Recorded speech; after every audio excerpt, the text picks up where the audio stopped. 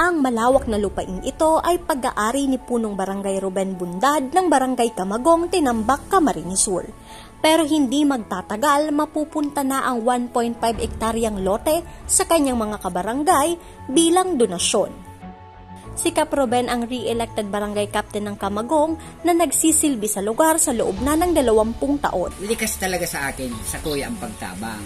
Kaya lang, kang naging akong barangay official, dumang ko na-implement sa ko talagang pagserbi sa barangay. Ang pagserbi kaya sa barangay may kaakibat na sakripisyo.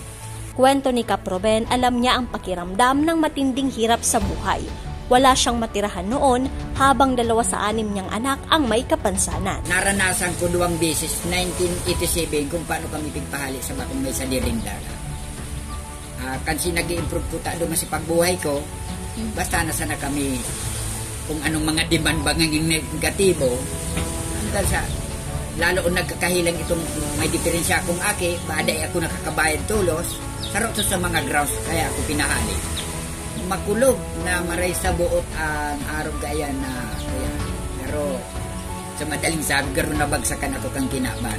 Sa kabila nito, nagsipag at naging masinop si Kap Ruben at nang makabangon sa pagkakalugmok, hindi siya nakalimot.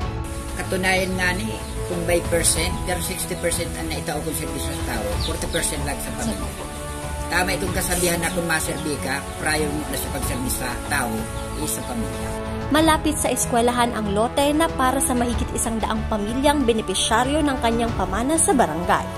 Pagtutulungan na rin ng barangay ang mabilis na pagproseso ng mga dokumento para sa donasyon. Sabi ko last nang niya, nag-isip ako ng sarong bagay na itong legacy na garo dahil pwedeng malingawang kang tao ta. Anharong niya ako nagagaba kung anong klase. Ito talagang dahil mabura. Palibasa niya ako, daga, tamasakito niya ako. Yun na na-enkwentro ko, pinapahali man, arugan, naisip ko, iyo talaga to ang determinado ako. Marge Serico, CSN.